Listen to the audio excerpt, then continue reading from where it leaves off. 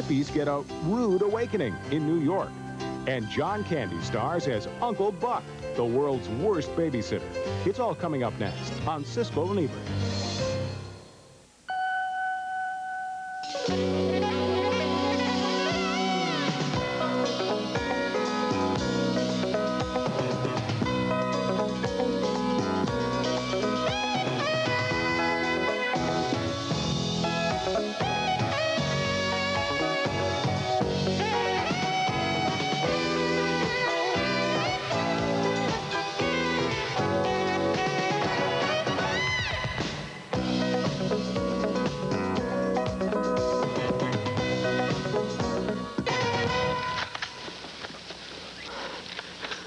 Were you going to take an attack posture with me?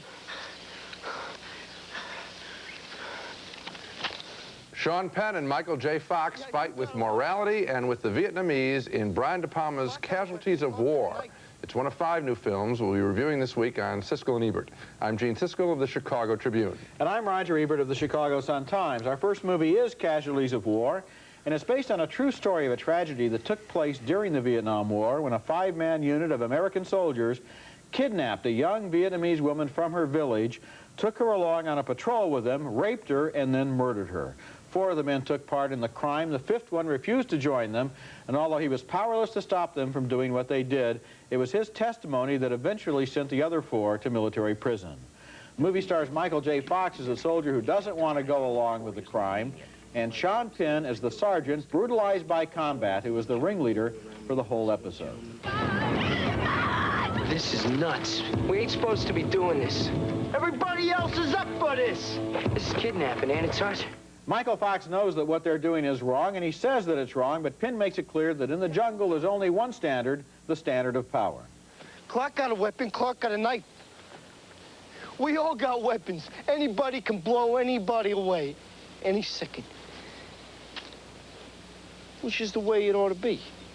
Always. Penn is so good there. I mean, throughout this entire movie, he is really so tough and so angry that it helps to convince you as to why he could force these other guys to do basically what was his idea to begin with. The bitter lesson of Casualties of War is that it's not always enough to have morality on your side. You also have to have the power to back up your beliefs. The movie's about the group dynamic in that small military unit where the veterans of combat have become so hardened that they no longer consider the Vietnamese to even be human beings. Fox is the newcomer. He's only been in combat a few weeks. He knows what they're doing is wrong, but he's outvoted, intimidated, and powerless. That process makes Casualties of War a strong and perceptive movie, although I could have done without the scenes at the beginning and the end of the film, which make the whole movie into a flashback, providing a conclusion that is so uplifting and gentle and unconvincing that it feels tacked on. I like the movie apart from the beginning and end. I liked it too. I didn't like the setup where you see that Michael J. Fox is alive and telling the story in reflection, because that takes away obviously some of the tension. Right. During the piece. You know he's going to survive, and of course that's not what you know in any Vietnam situation. I think one of the problems people may have with this picture is that it is not a big-scale Vietnam epic. And with people like DePalma, Penn, and Michael Fox in it, you think big kind of picture. And it's a small, singular story, one person, one crime, which is obviously emblematic of a lot of what went on in the war. I liked it too. I thought Michael Fox did a good job in getting rid of his TV personality, his light comic personality, and as the picture progressed, his character was not... Both of them did a good job, because Sean Penn, who, as we've said before, is one of the best actors around right now, he is so filled with venom and so filled with this coiled up tension that he's gotten from all of these months in the jungle, all of these months of living under the constant threat of death, that he is able to absolutely impose his will on the others, and he convinces us that he could do that. There's a scene where he's shaving before he's about to go out for his last night, and the way he shaved had me on the edge of my seat, as if he were going to take that razor and do something else with it, or even cut himself. Yeah, I figured he was going to cut himself. Let's talk about the a moral point of the film, which is said very directly into the camera, basically, by Michael Fox, where he says that because a soldier can die any moment, that is not a reason for him to be less human, but rather to be more human, more moral. Yes. I don't know that that applies in the battlefield conditions, but I know it applies in life. Well, the amazing thing about this movie is how it really asks each one of us to ask the question, how would you behave in a situation like that? Would I have been any braver than the Fox character? No. No, I wouldn't. I think I would have been totally intimidated by Penn and these other three people. I did testify at a court-martial, though. I will tell you this. I did testify. I must give myself a little credit. I actually, at jeopardy of being sent into... Well, the one thing I would have preferred about this movie, to just tell the story and leave off the prologue and the epilogue. I want to repeat, it is a small-scale, narrow story, one person, not a big extravaganza like Apocalypse Now. Our next film is a lame-brain hippie comedy set in the same time, 1969. It's called Rude Awakening, and it fails completely as a comedy and then tries a last-minute turnabout as a save-the-planet message movie, and that's a real embarrassing mix. Cheech Marin from Cheech and Chong and Eric Roberts play a couple of hippies who in 1969 flee to the Central American jungle, where 20 years later they stumble upon a CIA plot for a U.S. invasion. Take this. Destroy it. Don't let him use it. Don't use it against him. Who? Do it for your country. Oh, wow. Is he dead, man? He's very dead. Those papers detail the CIA plan, and the boys decide to go back to the United States, to New York, to tell the world. They've missed a lot in 20 years. Their girlfriend, Julie Haggerty, tells them all about it. You missed everything. Watergate, Ford, Carter, the hostage crisis, Jonestown, 3 Mile Island. All in the Family, MASH, Maude, Mary Hartman. Star Search, Battle of the Network Stars, Saturday Night Live. Men who hate women and the women who love them. Another hippie friend of theirs who has turned into a yuppie is played by Robert Carradine. I own tanning salons. Oh. I mean, people pay me to get a tan. Oh. Wow. Hey, how do you get the sun to shine just on those guys who pay, man? The jokes are predictable. There's no dark edge or seriousness to the material, which could make, in theory, I guess, a good movie. Julie Haggerty's whining voice is annoying. So is Cheech Marin's constant "hey man" dialogue.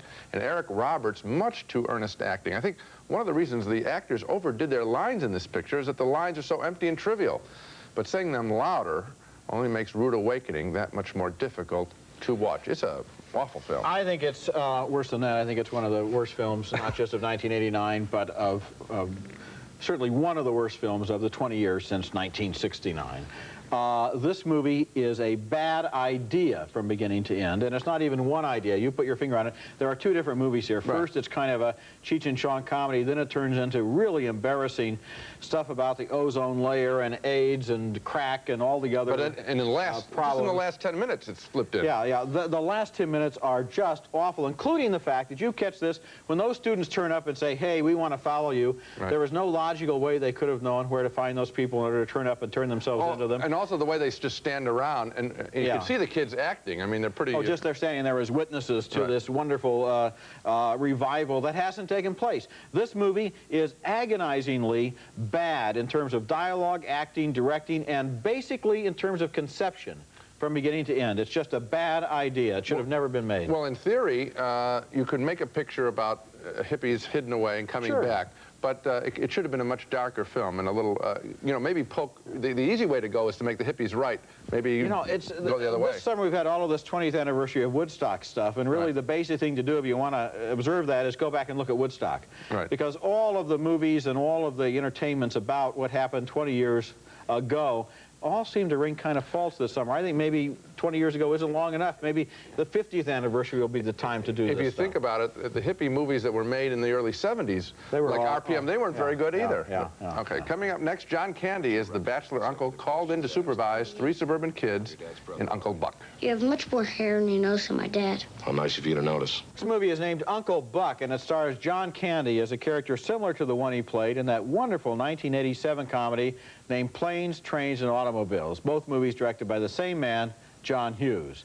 In this one, Candy is a large, shabby, unemployed, good-hearted bachelor, kind of lonely, and when his brother calls and asks a favor, he's happy to agree. The brother and sister-in-law have got to leave town on a family emergency, they tell him, and they need somebody to babysit with their 3 kids. Well, not surprisingly, the kids aren't too thrilled with their new authority figure, and they give Candy a hard time right from the first morning. You put onions in the eggs. I'm gonna go check on Maisie. I'll fix you some cereal when I get back. The most scornful of the kids is the 15-year-old, played by Gene Kelly. She's humiliated by everything about Candy, especially his car.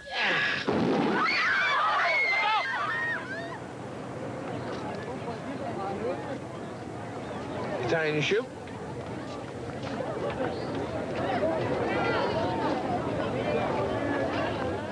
What time do you want me to pick you up after school? Don't bother, I'll get a ride with friends. Eventually, Candy is able to bring the smaller kids around. They're fascinated by his approach. Did you brush your teeth? Yeah, I could even feel my toothbrush. You know, I have a friend who works at the crime lab at the police station. I could give him your toothbrush, and he could run a test on it to see if you actually brushed your teeth or just ran your toothbrush under the faucet. As I mentioned, Uncle Buck was written and directed by John Hughes, who has made about 10 movies involving young people and family life in the Chicago suburbs. His titles include The Breakfast Club and 16 Candles and Ferris Bueller's Day Off. Uncle Buck is on the same familiar turf, but there's something a little strange about the film. It wants to be funny and warm-hearted, but at the same time, it has a dark undercurrent, and there are scenes where the kindly uncle goes after the teenager's boyfriend with a power drill and then locks him in a car trunk and tapes his hands together with construction tape. It's strange the way this movie generates creepy feelings that work against everything it's trying to do. By the end of the movie, I wasn't sure that I would want Uncle Buck living in my suburb with me if I lived in the suburbs. Well, actually, I like the darker material more than the sweet, predictable namby-pamby stuff. I mean, to have the kids suddenly be transformed by Uncle Buck into being better mannered, and to have Uncle Buck become transformed by the kids into being willing to finally propose marriage to Amy Madigan, that's nothing special. Yeah, I mean, you that's could see that coming a long way down That's the road. TV sitcom. Yeah. I like the dark stuff. You know, things like that movie Neighbors and stuff like that. I mean, I like the dark quality in the suburbs. If the film had been more consistent in that way, with Uncle Buck being totally disruptive to the suburban environment, that would have been exciting. I was thinking about Neighbors also when I looked at this movie, but the problem was there didn't seem to be, Hughes didn't seem to know which way he wanted to go, and so what you have is this upbeat kind of material with this undercurrent that seemed to be pulling against it. So both of it, I guess we agree that in one way or another the movie is it's going in two directions. Two parts that don't fit. Right. I have courage, and I love to see movies generally more dark than they are. Coming up next, deep sea adventure featuring Ed Harris, Mary Elizabeth Mastro-Antonio, and an alien life force in the abyss. It was a machine. It was a machine, but it was alive. It was like High-tech underwater adventure film called The Abyss, and it's really two stories, and we're getting a lot of pictures that have two elements, and they don't blend well together, but one of them I think is very good. That's the story of an attempt to remove the nuclear missiles from a sunken atomic submarine. Leading the attempt are a couple of married and feuding undersea oil rig workers played by Ed Harris and Mary Elizabeth Mastro-Antonio. I was worried about the rig. I've got over 4 years invested in this project. Yeah, you only had 3 years invested in me. Well, you have to have priorities. Underwater, the two of them have to deal with their crew, one of whom is paranoid about both the American and Russian military. You know, we got Russian subs creeping around. Anything goes wrong down here, they can say whatever they want happen. Give the folks medals. Relax, will you? You're making the women nervous. Cute, Virgil. But he's not completely paranoid, as the couple finds out when an American officer attacks them in a mini-sub. Go to the right, swing to the right.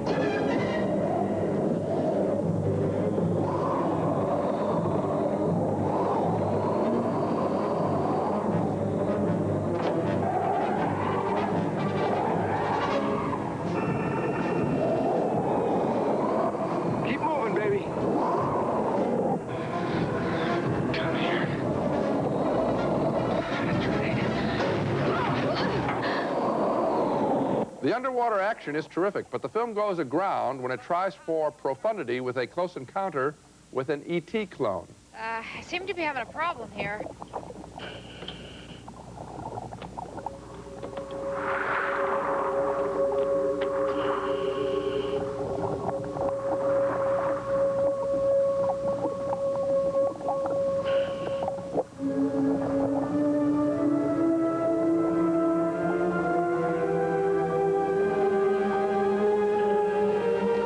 The alien story really splits this movie in two, turning it from a hard-edged drama into a fairy tale that doesn't stand up by comparison with either Close Encounters, E.T., or 2001. Still, I enjoyed the main part of the movie, the claustrophobic tension underwater. I recommend it with a strong reservation about the creature from Beyond. I wish they just dumped that whole idea. I didn't mind The Creature from Beyond because it seemed to me that what it gave us was another level of fun for a movie that is basically a lot of fun, and I enjoyed this movie.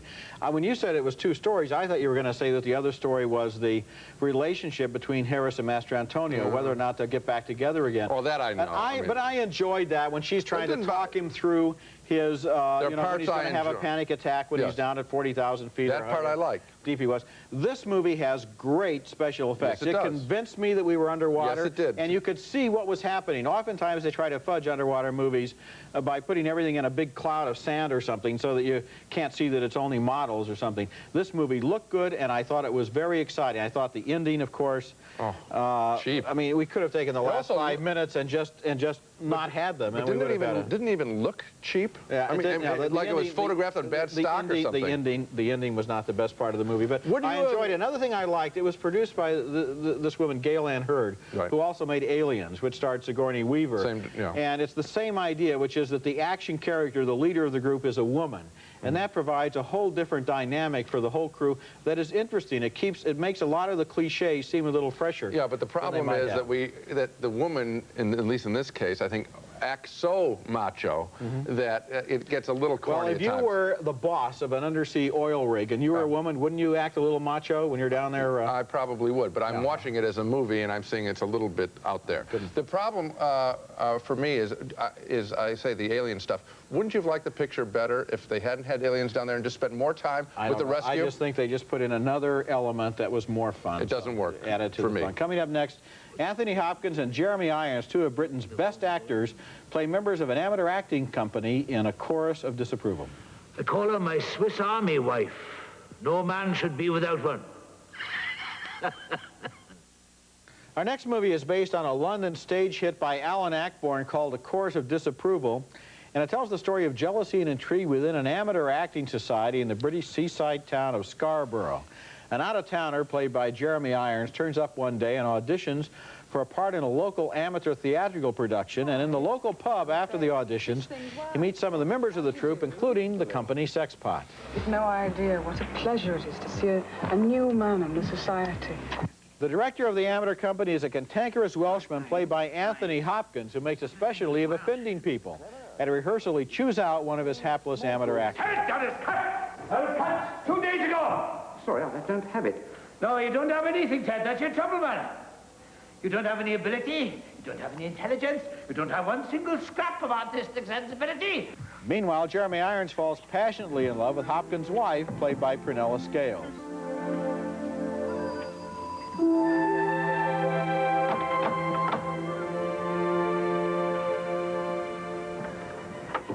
Oh, good afternoon. Sorry to bother you. My name's Llewellyn. Is Mr. Jones at home by any chance? Yes, he is. Won't you come in? A Chorus of Disapproval is sort of a disjointed movie that tells so many different stories that none of them really involve us. There's the other local couple, for example, that's in the wife swapping, and there's the intrigue over a local real estate deal. There's the complicated relationship between Hopkins and Irons, and there's the progress of the play they're putting on. And all of these elements, none of these elements really ever feel quite real. They all seem like jigsaw puzzles that have been put together for the convenience of the plot. This movie feels as if it were written. It doesn't feel as if it were happening. The thing is that here are all these people gambling with their lives and their happiness, and the movie didn't really make me care about any of them. No, and I had difficulty accepting Anthony Hopkins in his role. Jeremy Irons was fine, and I think he's a really special actor, and I bought him in character, but I didn't buy Anthony Hopkins. It seemed to be such a caricature of the guy. I mean, even when you see him the very first time and he's wearing his little overcoat on and it's all tight and buttoned and it's indoors and he's walking around with, I thought, I mean, it's an actor's choice. It didn't work for me at all. I didn't buy him, and I thought there was so much emphasis placed on the play when I really wanted to know about these people's lives. The play was just a conceit. I didn't buy it at all. Well, Hopkins is a really good actor at finding various details to make a character into a character, but here what I think is he found the details, he didn't ask if they fit the character. He's got that kind of stoop-shouldered look, and you're right about his clothes. They're all too tightly buttoned, and so he walks around like a little sausage, you know, sort of giving us all of this bitter Welsh wisdom and invective, and it goes over the top. You begin to realize that nobody else in this town will put up with that indefinitely the way they apparently do in this movie. Yeah, it's a minor film. Now let's take another look at the movies we reviewed on this show. 2 thumbs up for Brian DePalma's Casualties of War, a small but pointed Vietnam story featuring strong performances by both Sean Penn and Michael J. Fox. 2 thumbs down, way down, for the hippie comedy Rude Awakening, bad acting and an insufferable script. 2 more thumbs down for Uncle Buck, starring John Candy as a crumb bum but wise uncle. The film could have used more dark moments. 2 thumbs up for The Abyss. We both really admired the underwater action. I, however, didn't care for the alien creature that makes its supporting appearance. And 2 thumbs down for A Chorus of Disapproval, the small-town English comedy that is too contrived for its own good. So we both like The Abyss and Casualties of War, except what I can understand is why you keep emphasizing that it's a small movie or it's a small-scale movie. I mean, it's as big as it needs to be in order to tell this very, very important story about this dynamic involving these people. It's not a small movie in that sense at all. And it probably was a pretty expensive movie, too. I don't care about money. I'm simply talking about the scope of the picture, because I think when people hear Vietnam, I think they automatically, and hear these big names, they automatically think it's going to be a big-scale picture, and they may be disappointed if they don't find it that way. I think they'd be more disappointed if it were a bad picture, actually, and that's not going to who's going to argue with that? Not you, apparently. That's it for this week. Next week, we'll be back to review The Package, a thriller starring Gene Hackman and Tommy Lee Jones, and Cookie with Peter Falk, Diane Wiest, and Emily Lloyd. That's next week, and until then, the balcony is closed.